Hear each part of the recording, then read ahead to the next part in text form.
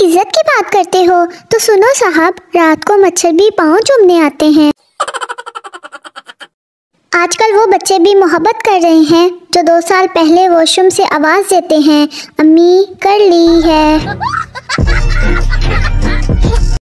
बहुत नाज है ना तुझे अपने हुस्न पर, फुर्सत मिले तो अपनी शनाख्ती कार्ड वाली तस्वीर देख लेना।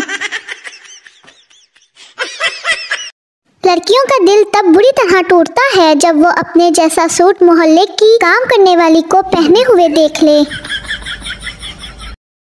नींद बहुत कीमती चीज होती है, इसलिए तो उसे सोना कहते हैं।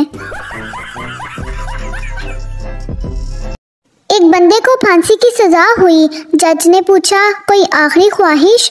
बंदा मुस्कुराते हुए, जी हमें फांसी पर उल्टा लटकाया जाए।